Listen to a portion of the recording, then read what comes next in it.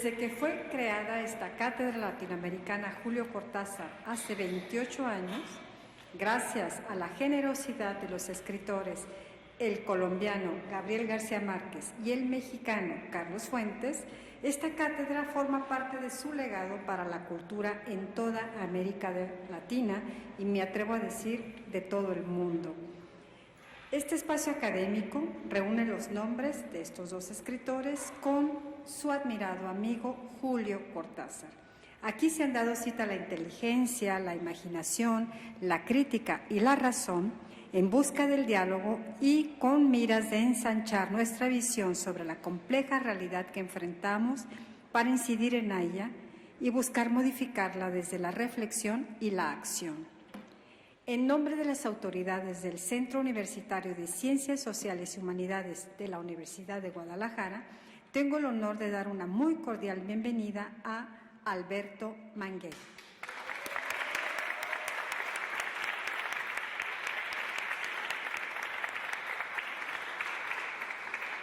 Él, como todos saben, es editor, escritor, bibliófilo y él dictará la conferencia magistral Pierre Menard, Instrucciones para leer.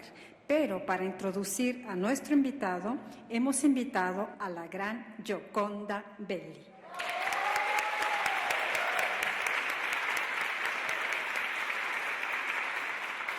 Enorme escritora nicaragüense. Y antes de pasar la palabra a Gioconda Belli para que haga la presentación de nuestro invitado de hoy, solamente quiero recordar que se están cumpliendo 10 años del fallecimiento de nuestro querido Carlos Fuentes y por lo tanto cada una de las cátedras Julio Cortázar que se celebren este año, desde mayo a mayo, están dedicadas a su memoria. Agradecimiento eterno para Carlos Fuentes.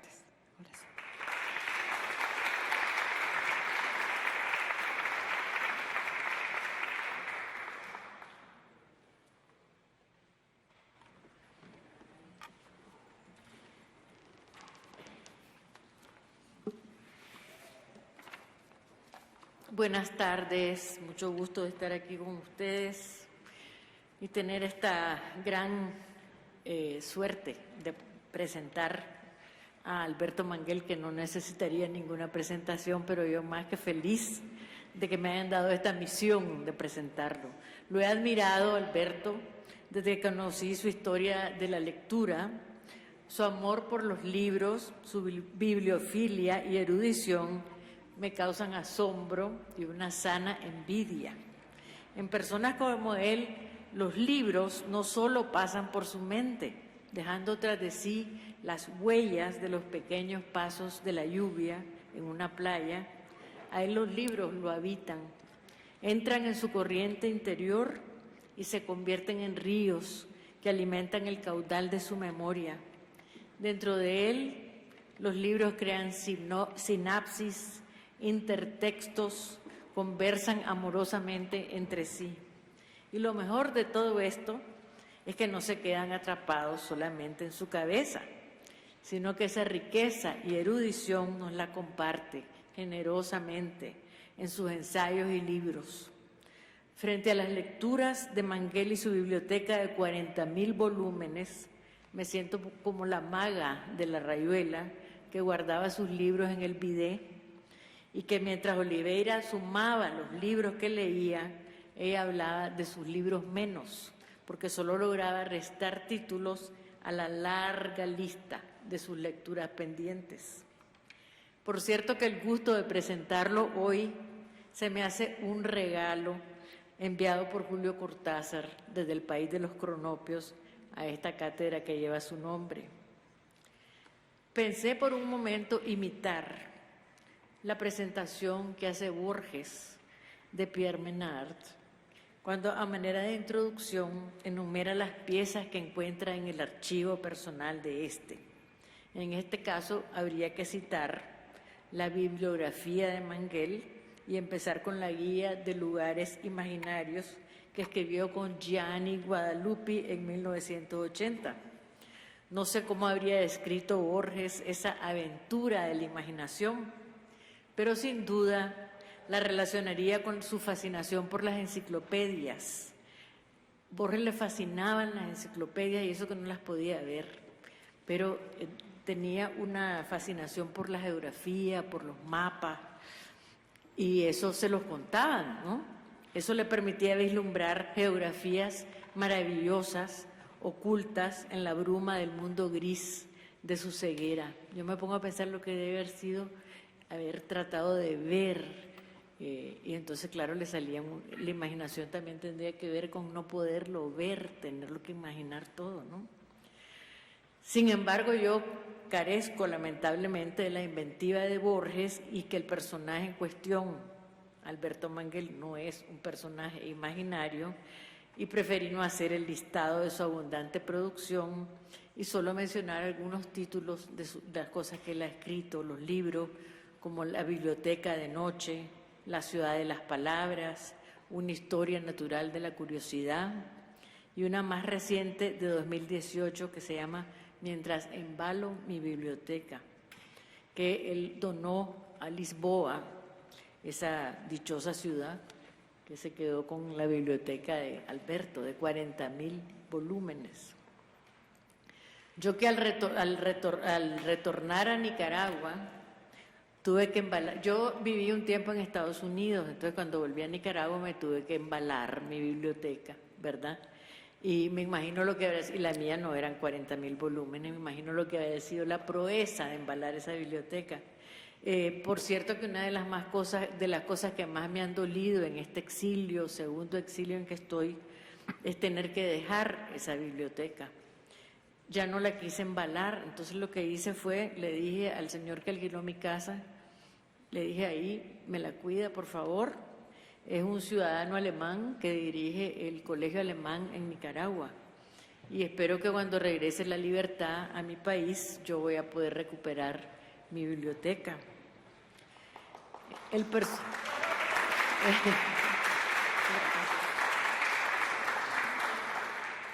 personaje de Pierre Menard nos lleva a Borges, que a su vez nos trae a Alberto Manguel, porque su padre fue el primer embajador argentino en Israel. Alberto, que nació en Buenos Aires, pasó su infancia en Tel Aviv. Según él mismo cuenta, y esto me fascina, descubrió a los 4 años que podía leer. De pronto pudo descifrar un rótulo visto a través de la ventana del coche. Pudo comprender los caracteres que había visto numerosas veces bajo las imágenes que le enseñaban de niño en los cuentos. Fue una epifanía percatarse de que todo su cuerpo podía descifrar, traducir, decir y leer lo que veía. Leer lo sumió en ese territorio de la imaginación donde aprendió el tesoro de la privacidad y de no sentirse solo cuando leía. Eso lo entiendo también, porque para leer uno tiene que estar calladito, en privado. A su regreso a Buenos Aires, su afición lectora lo llevó a trabajar en Pigmalión, la librería de Lili Lebach, una señora que era refugiada alemana, que había vivido el nazismo. Borges llegaba con su madre, Luis Borges llegaba con su madre a comprar libros y un día le pidió a Alberto, que contaba apenas con 16 años, que fuera a su casa a leerle. Al adolescente que era entonces, Borges no le significaba mucho. Y cito a Alberto mismo: por supuesto que yo no era en aquel tiempo consciente del privilegio. Para mí, sin embargo, aquellas tardes con Borges no eran, en la arrogancia de mi adolescencia, algo realmente extraordinario, sino algo en nada ajeno al mundo libresco que siempre había sentido como mío. Las conversaciones con Borges eran tal como a mi juicio debían ser todas las conversaciones, acerca de libros y acerca del engranaje de los libros, acerca de escritores que yo no había leído o que apenas había alcanzado a esbozar de una forma vaga, semi-intuitiva, pero que en la voz de Borges resplandecían en toda su riqueza y en todo su esplendor. Cierro comillas. Leer de la experiencia de esos años de 1964 a 1968, en que Alberto leyó para Borges, es un gozo. Tiene un ensayo que se llama Con Borges. Y la descripción minuciosa del entorno del escritor, de los olores a colonia de Fanny, se llamaba, ¿verdad?, la empleada, y cuenta él esta bellísima imagen que voy a citar también, abro comillas: se me hizo que la casa de Borges existía fuera del tiempo, o mejor dicho, en un tiempo hecho a partir de sus experiencias literarias, un tiempo conformado con los cadenciosos periodos victorianos y eduardianos de Inglaterra, con la temprana Edad Media del norte de Europa, con el Buenos Aires de las décadas del 20 y del 30, con su adorada Ginebra, con la era del expresionismo alemán, con los odiados años de Perón, con los veranos en Madrid y en Mallorca, con los meses transcurridos en la Universidad de Austin, en Texas, donde recibió por primera vez la admiración generosa de los Estados Unidos. Cierro comillas.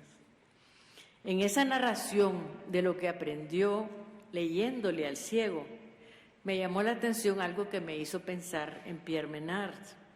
Manguel cuenta que si bien él controlaba el tono y la velocidad de lo que leía, era Borges, el que escuchaba, el que dominaba el texto. Y abro comillas otra vez: Borges dejaba que las palabras se convirtieran en él mismo, nos dice. Todo escritor sabe que el lector no es un agente pasivo de la literatura, que el acto de leer es intrínsecamente un acto creativo. De esos signos en blanco y negro, igual que sucedía cuando éramos niños, surgen imágenes y construcciones individuales. Ya me perdí. Surgen imágenes y construcciones individuales. Otro texto en el que el lector se incluye, de manera que lo que se lee adquiere para el que lo lee otra realidad. En esas tardes con el viejo escritor, que también nos ha narrado en ese ensayo que les hablo, y en la historia de los libros también, aquel adolescente aprendió la relación, historia de la lectura, perdón, aquel adolescente aprendió la relación geométrica progresiva entre los libros. Un libro enriquece al otro o conduce a buscar más en otros. En esa espiral, el pasado coincide con el presente y nuestras identidades se mezclan y se habitan mutuamente. Ya escucharemos las reflexiones de nuestro ponente hoy sobre esa tesis borgiana, que no es del todo imposible imaginar que alguien pudiese reproducir, convertirse en Cervantes y escribir palabra por palabra los capítulos 9 y 38 del Quijote. Manguel cita al escritor argentino Ezequiel Martínez Estrada, que decía, abro comillas: hay quienes mientras leen un libro recuerdan, comparan, evocan emociones de otras lecturas. Esta es una de las formas más delicadas del adulterio. Pierre Menard, ¿adúltero o doppelganger? Esa es la pregunta. No quiero tomar más tiempo de lo que auguro será una joya de conferencia y terminaré con una mini biografía de Alberto, resumiendo algunos de sus logros.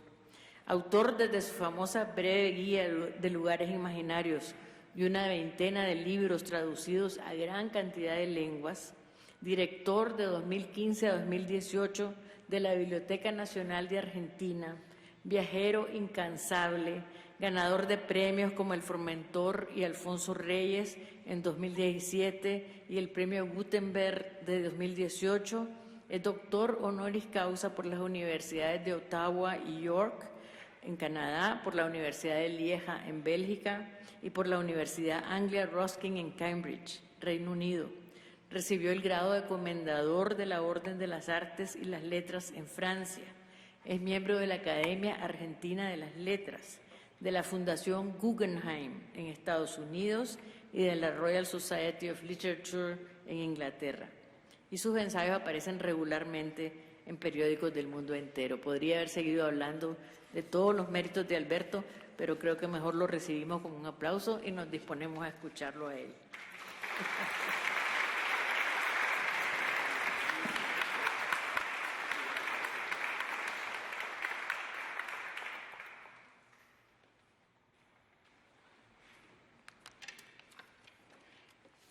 Después de lo que dijo la maravillosa Gioconda, prepárense para una desilusión.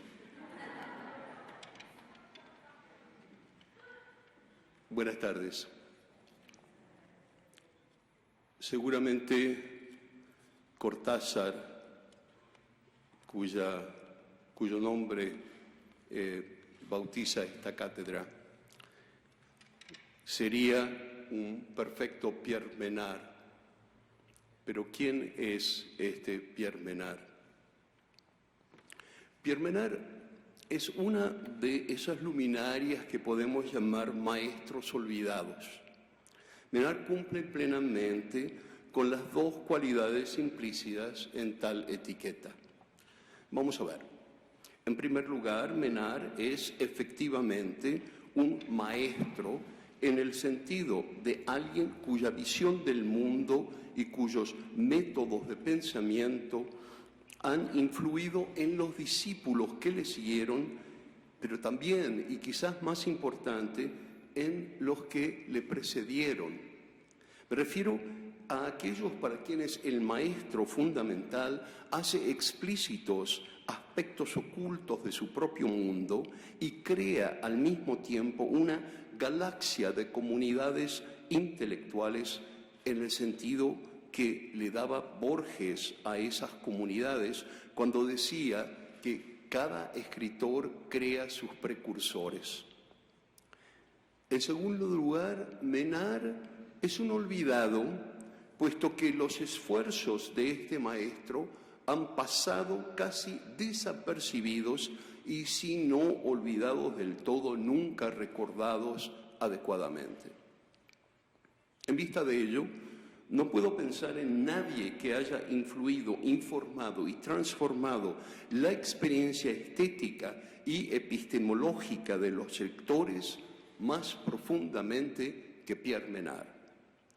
El hecho de que sea un personaje de ficción no invalida ese juicio, más que el hecho de que Homero pudiera no haber existido, nunca invalida la Odisea y la Ilíada. Mediante una nueva estrategia intelectual, la valiente empresa de Pierre Menard ha enriquecido para siempre el lento y rudimentario arte de la lectura, recuperando para su práctica las nociones de anacronismo deliberado y falsas atribuciones.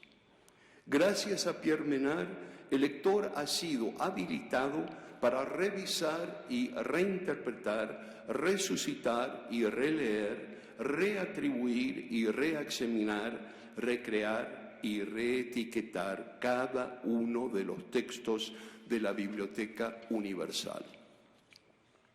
Hay precedentes, por supuesto.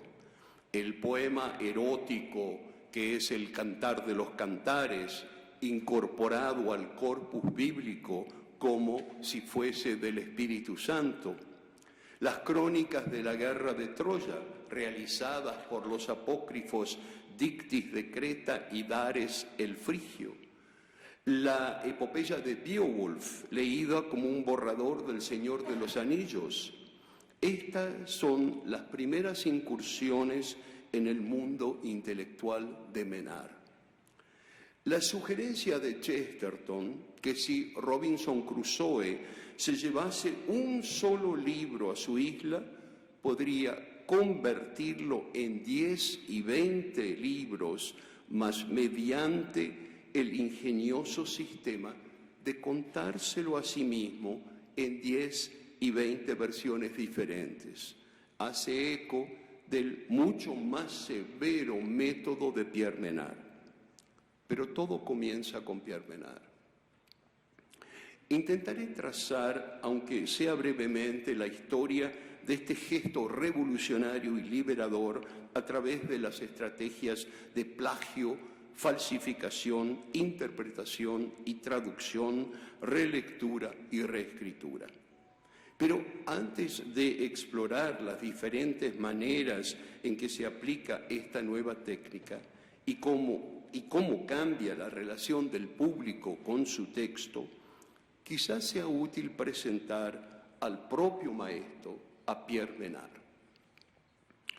Pierre Menard fue un escritor simbolista de Nîmes, devoto lector de Poe, nos dice Borges, que dio luz a Baudelaire, que dio luz a Mallarmé, que dio a Valéry, que dio a luz Edmund Test. En esta generosa genealogía, que no rechaza un vínculo por su mera condición de ser ficción, el último término es, por supuesto, Pierre Menard. Borges, en su autobiografía, en la que no todos los detalles están avalados por hechos reales, nos cuenta cómo nació Menard. Poco antes de la Navidad de 1938, Borges sufrió un accidente cuando subía las escaleras para visitar a una amiga, rozando con su frente el marco de una ventana abierta recién pintada. La herida se infectó y Borges estuvo en el hospital durante varios días con una fiebre altísima. Cuando se despertó, temió haber perdido la razón y no poder volver ni a escribir ni a leer. Su madre le propuso leerle Perelandra de C.S. Lewis, una novela que Borges había encargado poco antes del accidente. Borges dudó, temiendo no poder seguir la historia, pero finalmente aceptó y, después de unas pocas páginas, según cuenta, se puso a llorar porque entendía la trama. Poco tiempo después del accidente, decidió volver a escribir. Sin embargo, aún temiendo que su mente no funcionara como antes, pensó que si intentaba algo diferente de los poemas y ensayos que había escrito antes y fracasaba, podía decirse a sí mismo que no era porque hubiera perdido su capacidad creativa, sino porque su nuevo intento era algo que él no sabía hacer. Entonces se propuso escribir la necrológica de un escritor francés apócrifo cuya ambición había sido escribir el Quijote. No quería componer otro Quijote, lo cual es fácil, sino el Quijote, dice Borges. Inútil agregar que no encaró nunca una transcripción mecánica del original, no se proponía copiarlo. Su admirable ambición era producir unas páginas que coincidieran palabra por palabra y línea por línea con las de Miguel de Cervantes. En una conversación con Georges Charbonnier, Borges explicó que Menard no reescribe exactamente un capítulo, lo olvida y luego lo vuelve a encontrar en sí mismo. Pierre Menard es un poco escéptico, confesó Borges en esa misma entrevista. Un hombre de gran modestia y una grande ambición al mismo tiempo. Y añadió, hay en él un exceso de inteligencia, un sentimiento de inutilidad de la literatura, la idea de que ya hay demasiados libros, de que es una falta de cortesía o de cultura cargar las bibliotecas con nuevos libros. Pensar, analizar, inventar, escribe Menard en una carta dirigida a Borges, no son actos anómalos, son la normal respiración de la inteligencia. Glorificar el ocasional cumplimiento de esa función, atesorar antiguos y ajenos pensamientos, recordar con incrédulo estupor que el doctor universalis, es decir, Aristóteles, pensó, es confesar nuestra languidez o nuestra barbarie. Todo hombre o mujer debe ser capaz de todas las ideas y entiendo que en el porvenir lo será. Varios críticos han tratado de establecer el origen de Pierre Menard. El primer biógrafo de Borges, Emile Rodríguez Monegal, sugirió que el nombre estaba inspirado en el de un escritor francés de la vida real, llamado Louis Nicolas Menard, que se describía a sí mismo como un místico pagano. Este Menard compuso un Prometeo desencadenado que para comodidad de sus lectores lo escribió en francés, pero como le resultaba más agradable escribir en la lengua de Esquilo, realizó también una versión en griego. Escribir el mismo texto en dos lenguas, una para sus contemporáneos, la segunda para el público remoto de Esquilo, parece en efecto un gesto muy menardesco. Hay varias otras posibilidades, pero no los aburriré contándoselas, pero hay un personaje que quiero mencionar como posible fuente de las estrategias intelectuales de Pierre Menard de Borges: Macedonio Fernández. Este fiscal de provincia jubilado, amigo del padre de Borges, un solitario de la literatura argentina, tuvo una poderosa influencia en el joven Borges, no tanto por sus escritos, muchos de ellos permanecieron inéditos hasta después de su muerte en 1952, sino por su conversación. Macedonio anhelaba ser anónimo, borrar todo rastro de su escritura mientras escribía, ser leído como se lee la obra de alguien desconocido. Solía mencionar a sus amigos que estaba escribiendo un libro, pero nunca mostró a nadie ni una sola página, y estipuló en su testamento que este libro secreto no se publicara hasta 1980.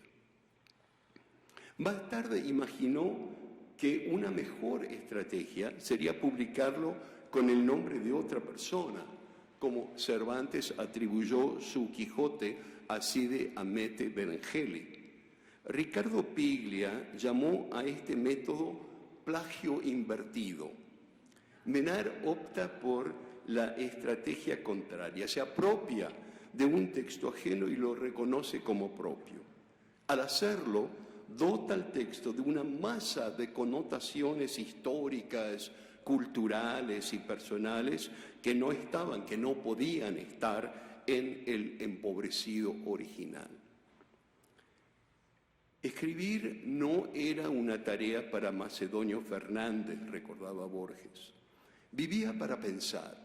Cotidianamente se abandonaba a las vicisitudes y sorpresas del pensamiento como el nadador de un gran río, y esa manera de pensar que se llama escribir no le costaba el menor esfuerzo. En la soledad de su pieza o en la agitación de un café, colmaba páginas y páginas con la escritura perfilada de una época que desconocía la máquina de escribir y para la cual una clara caligrafía era parte de los buenos modales. Macedonio no le daba el menor valor a la palabra escrita. Al mudarse de alejamiento, solía olvidar sus manuscritos de índole literaria o metafísica que se habían acumulado sobre la mesa y que llenaban los cajones y los armarios. Mucho se perdió así, acaso irrevocablemente.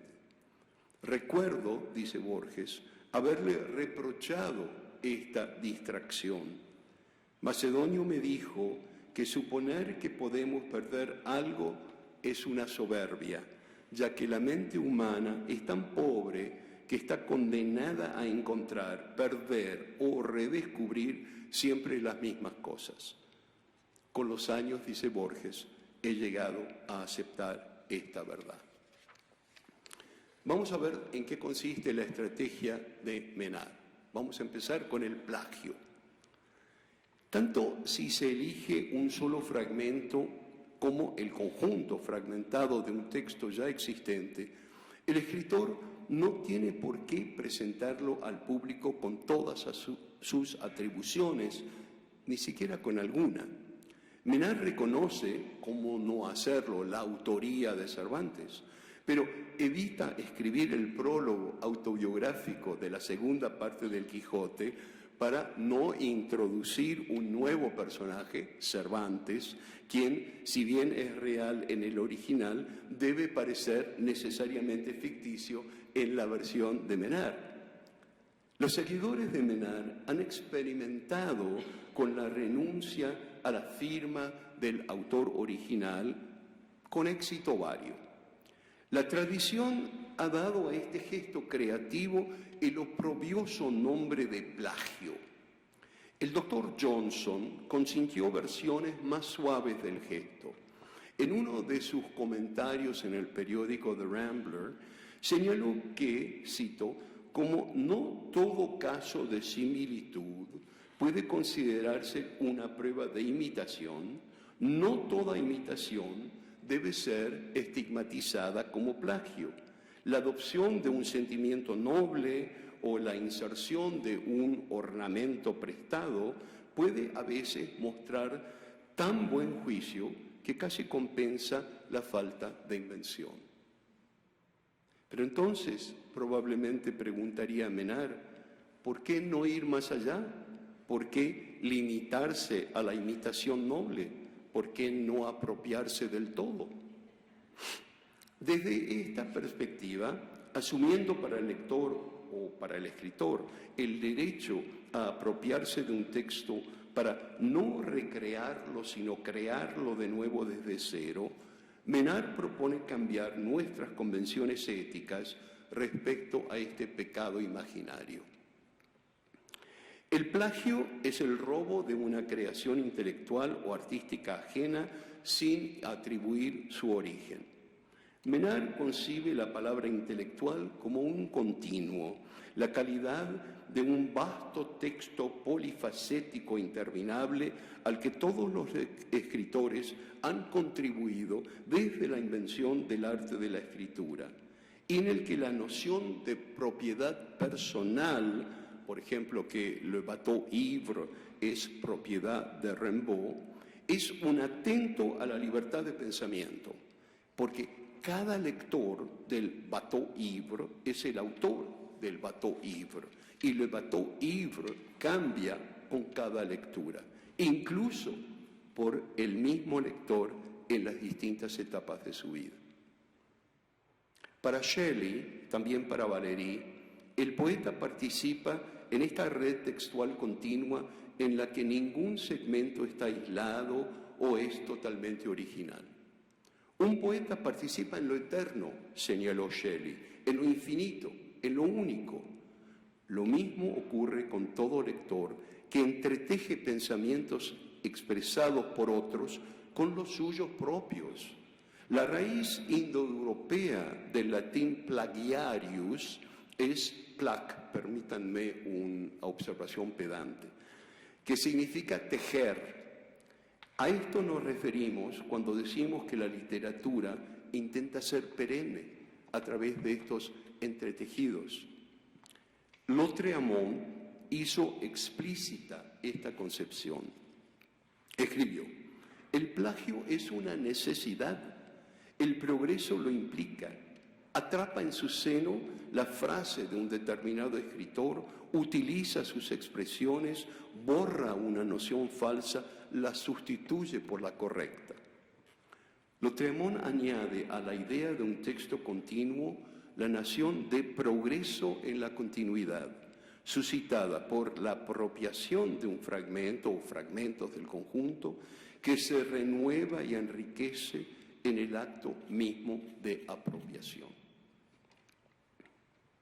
En la estrategia de Menard subyace la creencia de que las palabras son la moneda común de una sociedad y que sus usos no tienen derechos de autor. Toda expresión que se ha convertido en un lugar común pertenece a quien la emplea. En ese caso, ¿por qué no ser o no ser o volverán las oscuras golondrinas? Nuestras ideas comunes, porque no hay ideas originales, se convierten en ladrillos para nuestras torres de Babel. Pensamos en citas, pensamos mediante citas. Cualquier ciudadano participa en el intercambio de citas, conscientemente o no. El eslogan acuñado en la Universidad de Heidelberg en los años 60, "Hier wird nicht zitiert", aquí no se cita, es una afirmación sin sentido, o peor aún, una imposibilidad. Toda expresión humana es una cita, porque de una forma u otra ha sido pronunciada por alguien antes. Nuestra época, tan interesada en la paja del ojo público que ignora la viga en el privado, ha establecido una clasificación lineana de los pecados de plagio académico dividida en 5 especies. El plagio directo, la transcripción palabra por palabra de una parte de la obra de otro sin atribución y sin comillas. Por ejemplo, en Laurence Sterne, en Zola, en su novela La faute de l'abbé Mouret, que tiene todo un capítulo que está copiado de una enciclopedia sobre los vegetales. Lautréamont, que tomó préstamos de Pascal, de Kant, de Dante, de La Fontaine. Arreola, que copia un texto de Valéry y lo firma él mismo, etc. El autoplagio, cuando alguien copia su propia obra o mezcla partes de obras anteriores y las presenta como un original. Borges, por ejemplo, y sus numerosas atribuciones apócrifas.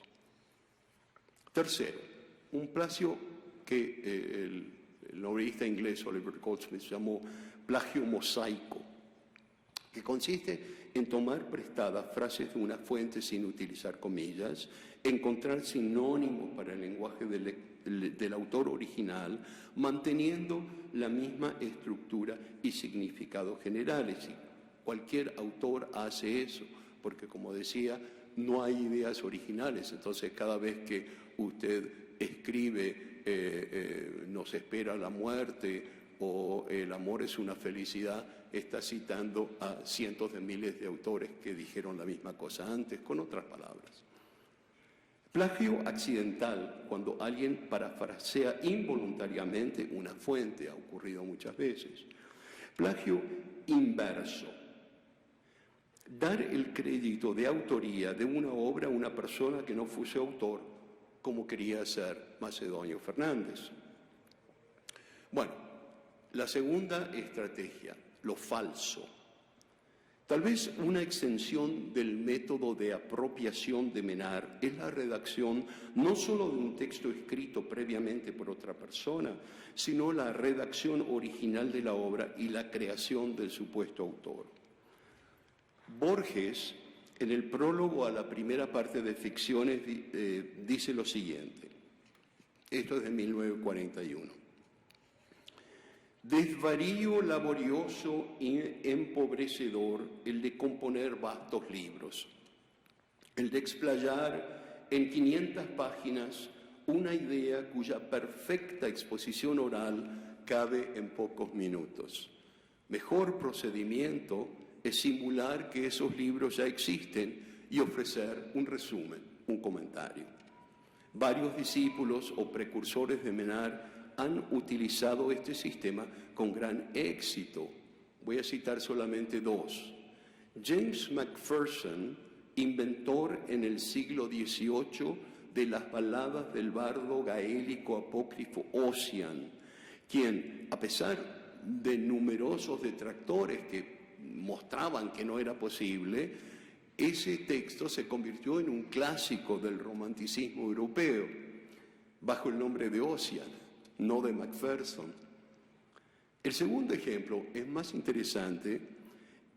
El poeta renacentista Maurice Sèvres, con un grupo de amigos en el siglo XVII, crea una poeta que es un gran clásico de la literatura francesa hasta unas investigaciones de 2006 que demostraron que es una creación de Sèvres, Louise Labbé.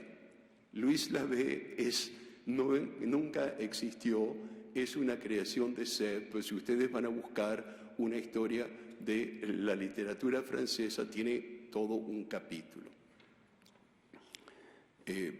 Rilke tradujo a Louise Labbé, por ejemplo. Bueno, Pero mientras que en el primer caso la cuestión está resuelta, en el segundo el jurado sigue sin pronunciarse. Hay otros estudiosos que dicen, no, Luis Labé existió. Macpherson inventó a Ossian. Seb y sus amigos quizás inventaron a Luis Labé.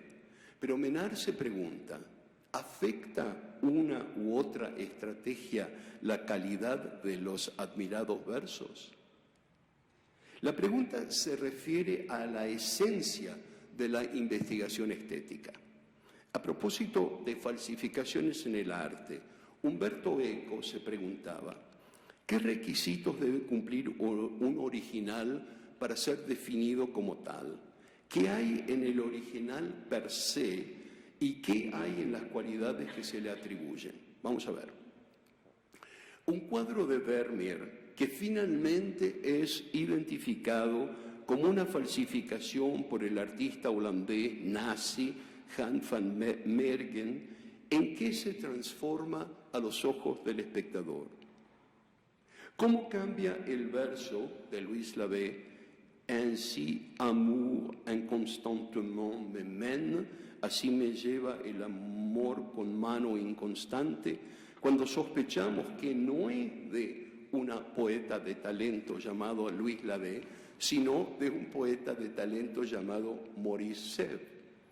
¿Qué ha cambiado en las palabras, en la música, en la sintaxis del poema? ¿Qué en los colores, las formas, el arte del cuadro? ¿No es lo que sabemos que aportamos a la obra de arte como espectadores o lectores lo que produce la alteración, incluso la propia alteración? ¿No son estas transformaciones externas a la obra?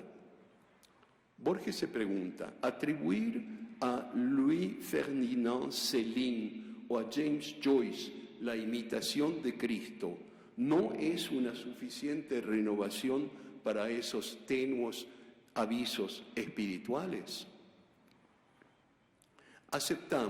Nos hemos obligado a aceptar la tiranía del contexto y la atribución. Una lista de compras garabateada es una basura. Una lista de compras garabateada que nos dicen fue compuesta por las temblorosas manos de Virginia Woolf será para muchos un talismán atesorado. Menard diría que este acto de fe denota los poderes connotativos del lector. Tercera estrategia, interpretación. Tal como lo entendió Menard, la atribución implica una interpretación. Según Roland Barthes, conceder a un texto un autor es imponer un límite a ese texto. Menard no podría haberlo dicho mejor. Las palabras de Cervantes escritas en el siglo XVI tienen un significado diferente a la de las mismas palabras escritas por un contemporáneo de Joyce en el siglo XX. Y en cada caso no puede haber sino varias lecturas interpretativas. Quizás la lectura más radicalmente transformadora se produce en el acto de la traducción. Si recordamos que traducción y metáfora son etimológicamente el mismo término utilizado para nombrar la acción de transportar algo de un lugar a otro, entenderemos mejor que un texto traducido es un texto que ha sido transportado de un ámbito lingüístico a otro diferente, con la intención o la esperanza de conservar todos los rasgos definitorios del llamado original. Borges sugirió útilmente que una traducción puede ser considerada como otro borrador del texto primario. ¿No es una idea genial? En ese caso, el borrador traducido no tiene lugar en un tiempo secuencial diferente, sino en uno espacial que intenta parecer coetáneo a él. Pero volvemos a la pregunta, ¿es el texto traducido el mismo texto? Menard respondería que sí. Locke, en su ensayo sobre el entendimiento humano, se pregunta si, voy a citar, la misma sustancia pensante puede ser cambiada y luego puede ser la misma persona, o si permaneciendo igual puede ser una persona diferente. Locke responde afirmativamente a estas preguntas. Extrapolando las nociones de identidad y de conciencia, podríamos sugerir que un texto que ha cambiado sus palabras, su gramática, su sintaxis, su música, la connotación de sus palabras por otras palabras, sigue siendo epistemológicamente el mismo texto. Menard y Locke responden que sí. Poe, traducido por Cortázar, sigue siendo Poe, y también Cortázar. La traducción, como habría entendido Menard, prolonga el texto enriqueciéndolo lingüísticamente sin alterar su identidad primordial. La cuarta y la última. Relectura, reescritura. La idea de que la literatura es un continuo cuyo primer capítulo se encuentra en las primeras palabras pronunciadas sobre la tierra y cuyo final terminará con el último aliento humano, ha sido propuesta muchas veces y la lista de sus partidarios es prestigiosa desde los filósofos pitagóricos en adelante. Lewis Carroll, el autor de Alicia en el País de las Maravillas, escribió un libro menos popular que se llama Sylvie y Bruno. Y en ese libro, en el segundo tomo, después de argumentar que todo lo que se registra en los libros debe haber estado alguna vez en alguna mente, da el siguiente pronóstico. Llegará el día, si el mundo dura lo suficiente, en que se habrán compuesto todas las melodías posibles, se habrán hecho todos los juegos de palabras posibles y, lo que es peor, se habrán escrito todos los libros posibles, porque el número de palabras es finito. A los autores les importará muy poco, Lewis Carroll continúa diciendo, en lugar de preguntarse ¿qué libro escribiré?, un autor se preguntará ¿cuál libro escribiré? Una mera distinción verbal. Pero los libros pueden reescribirse con mínimas variaciones, aparentemente para enriquecerlos. Menard rechaza esta mise à jour de los clásicos, esos libros parasitarios que sitúan a Cristo en un boulevard, a Hamlet en la Canebière o a Don Quijote en Wall Street.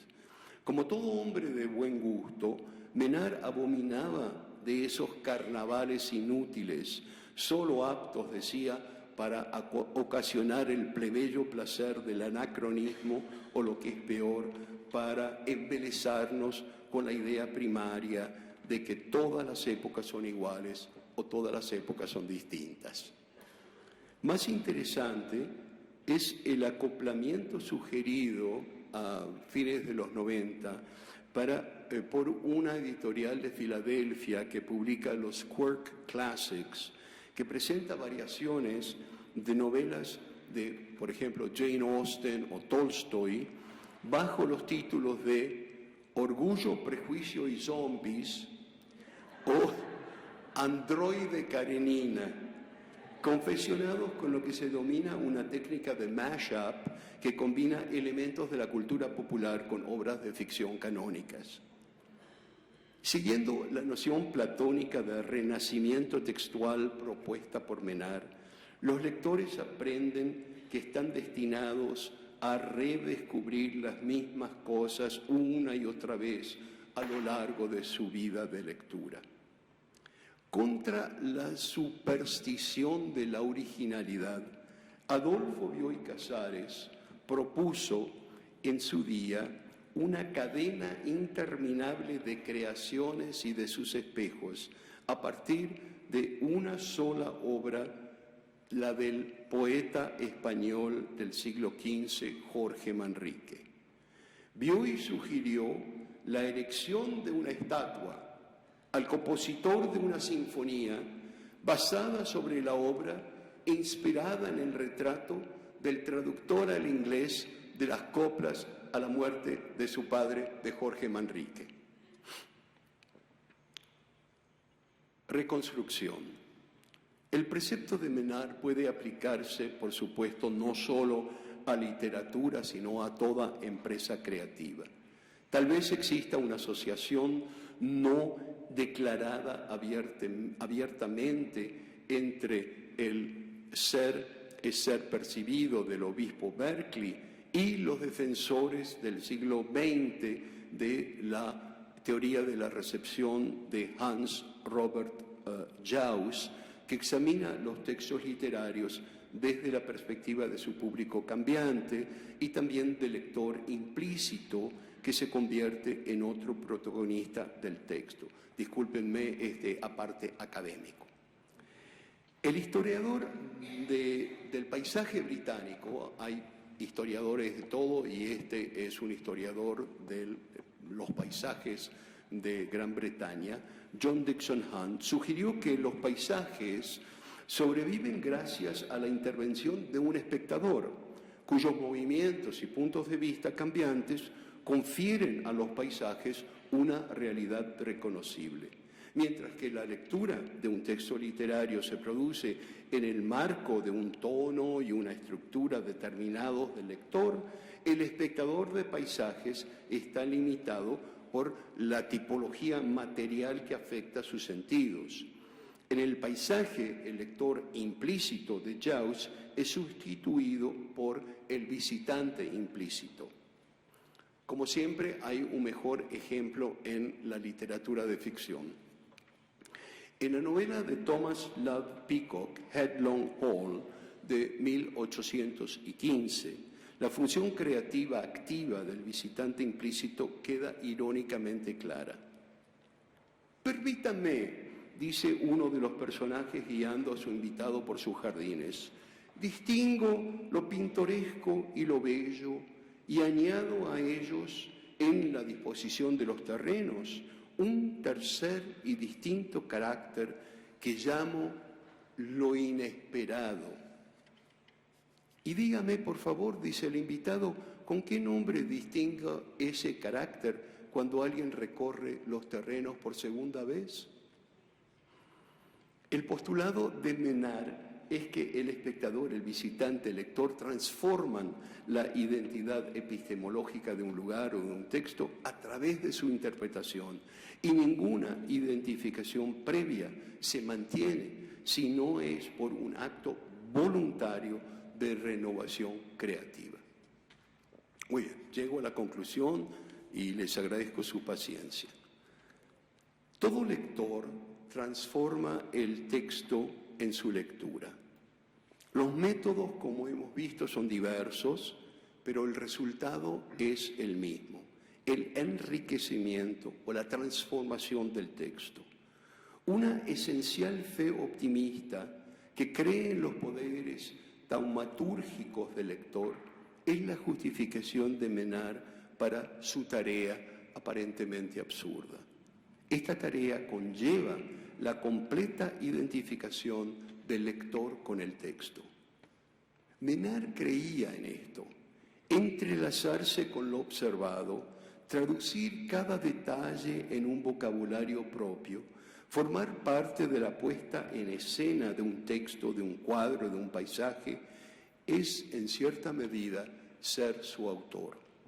El propio universo puede considerarse, al margen de las concepciones humanas del espacio y del tiempo, una obra in progress en la que los humanos somos los autores y también sus lectores. Mi empresa no es difícil esencialmente, confiesa Menard. Me bastaría ser inmortal para llevarla a cabo. Todo lector tiene una deuda de gratitud con Menard por haber enriquecido el acto mágico de insuflar vida a un texto con la capacidad de otorgarle al mismo tiempo una modesta inmortalidad. Muchas gracias.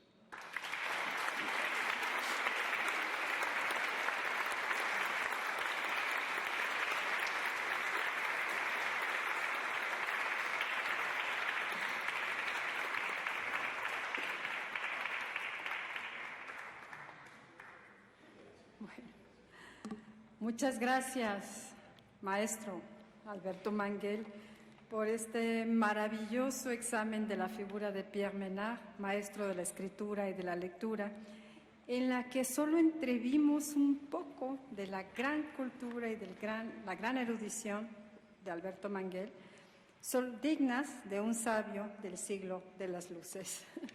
Y muchas gracias, Gioconda Belli, por esta magnífica presentación, magnífica introducción, muy informada, pero muy personal y cariñosa. Muchas gracias a todos ustedes y buenas noches.